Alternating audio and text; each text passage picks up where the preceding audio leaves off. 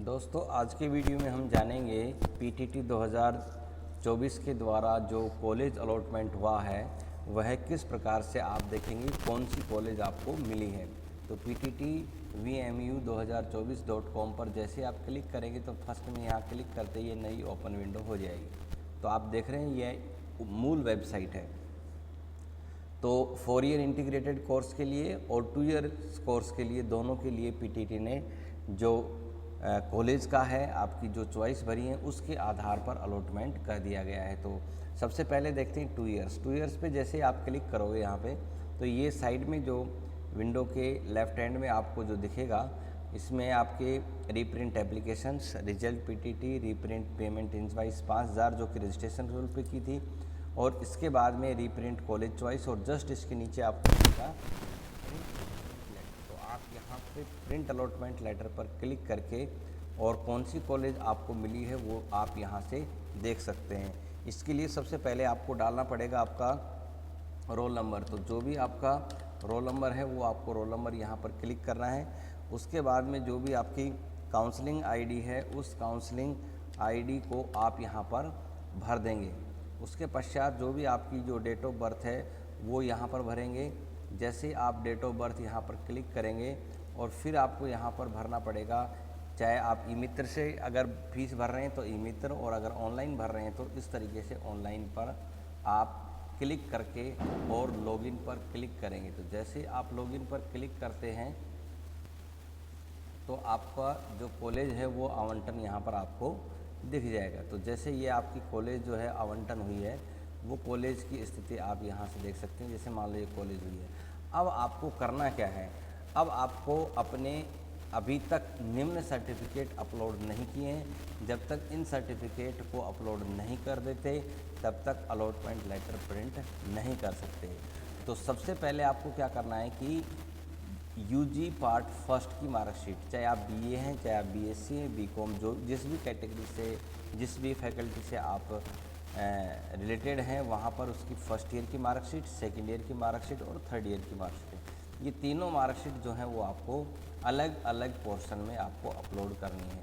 उसके बाद में आपको upload handwritten self declaration format, एक handwritten self declaration format जो है वो आपको यहाँ पर अपलोड करना है।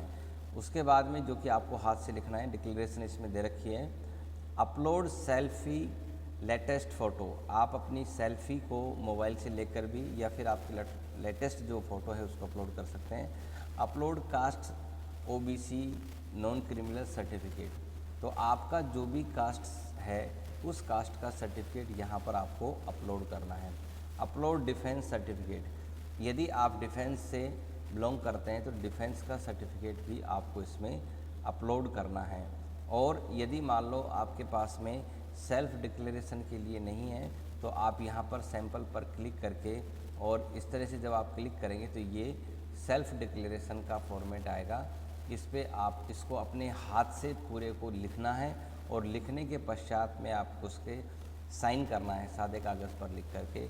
जैसे आप इस पर अपलोड करेंगे, जैसे आप यहाँ से क्लिक करेंगे और ये अपलोड फॉर्मेट मांगेगा तो आप इसकी एक फ़ाइल जो है वो आप बना लें। जैसे फर्स्ट ईयर की मार्कशीट को अपलोड करेंगे, फिर यहाँ पर क्लिक करेंगे तो ये आपका जो डेस्कटॉप एरिया है वो ओपन हो जाएगा, और यहाँ से क्लिक करके आप डॉक्यूमेंट, एक एक डॉक्यूमेंट को आप अपलोड कर सकते हैं, जो कि 300 KB मैक्सिमम साइज़ है, उससे अधिक नहीं होने चाहिए। तो इस तरीके से आप जो है वो सारी जो पूर्तियाँ करेंगे और फिर उसके बाद में जो 22,000 रुपये फ़ीस है उसको फिल करेंगे। 22,000 फिल करने के बाद में आपका अलॉटमेंट लेटर जारी हो जाएगा। उस अलॉटमेंट लेटर को लेकर के और आप 5,000 रुपये का चालान, 22,000 रुपये का चालान, और जितनी भी डॉक्यूमेंट आपने अपलोड किए हैं इन ओरिजिनल और इन सब की जो फ़ोटो कॉपी हैं वो, और संबंधित जो भी आधार कार्ड है, जाति प्रमाण पत्र हैं, ये सारे डॉक्यूमेंट लेकर के आप महाविद्यालय में रिपोर्ट करने के लिए पहुँचे। अब हम वापस आते हैं महत्वपूर्ण जानकारी पर। इसी प्रकार से आप 2 ईयर्स का जैसे है उसी प्रकार से 4 ईयर का भी होगा। अब यहाँ जो पीटीटी ने विशेष जो निर्देश दिए हैं उनका पालन आपको करना है। यदि आप देखें, जिन विद्यार्थियों ने एनीवेयर इन राजस्थान विकल्प का चयन करने के उपरांत कॉलेज आवंटन हुआ है। यदि ई मित्र के माध्यम से या आपने स्वयं यदि इस प्रकार की गलती कर दी और यदि आपने जानबूझकर भी यदि आपने किया है और आपको वो कॉलेज अलॉटमेंट हो गया है, आवंटित हो गया है, और यदि आप किसी कारण से जो आवंटित महाविद्यालय है उसमें प्रवेश लेने के इच्छुक नहीं हैं, तो आपको बिल्कुल भी चिंता करने की ज़रूरत नहीं है। वे सभी अभ्यर्थी अभी शुल्क जमा नहीं करें। तो आपको यदि आपके कॉलेज से व्यवस्था आपको ये लगता है कि कॉलेज मुझे शूट नहीं कर रहा है, तो या कॉलेज दूर है, एनीवेयर राजस्थान में आपका कहीं बहुत दूर आ गया है कॉलेज, तो आप द्वितीय काउंसलिंग में भाग ले सकते हैं। तो इस तरह से यदि आपको महाविद्यालय में चेंज करना है तो आप फीस ही नहीं भरें, इसके बाद सेकंड काउंसलिंग जो होगी उसमें आप भाग ले सकते हैं।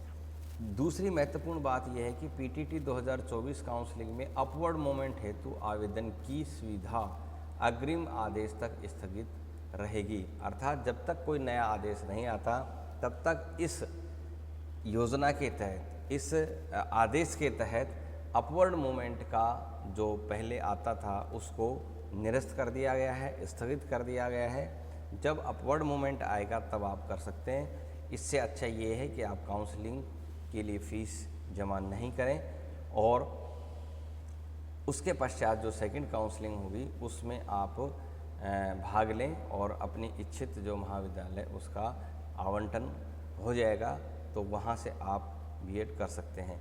तो ये इन्फॉर्मेटिव जो सूचना थी आपके लिए।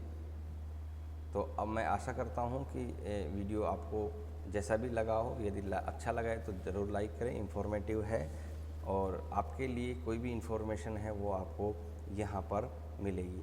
यदि एक चीज़ और देखें, विद्यार्थी के नाम में अगर आंशिक त्रुटि रहेगी तो कॉलेज आवंटन के उपरांत त्रुटि सुधार कॉलेज स्तर पर संपादित किया जाना भी संभव हो सकेगा। तो यदि कोई छोटी मोटी अगर आपकी त्रुटि है तो महाविद्यालय के द्वारा भी इस तरीके का आदेश दे रखा है, तो ऑप्शन आता है, तो इसलिए कहीं भी आपको घबराने की ज़रूरत नहीं है। पीटीटी इस बार बहुत सपोर्ट कर रही है विद्यार्थियों को भी और महाविद्यालय को भी। तो थैंक यू वेरी मच।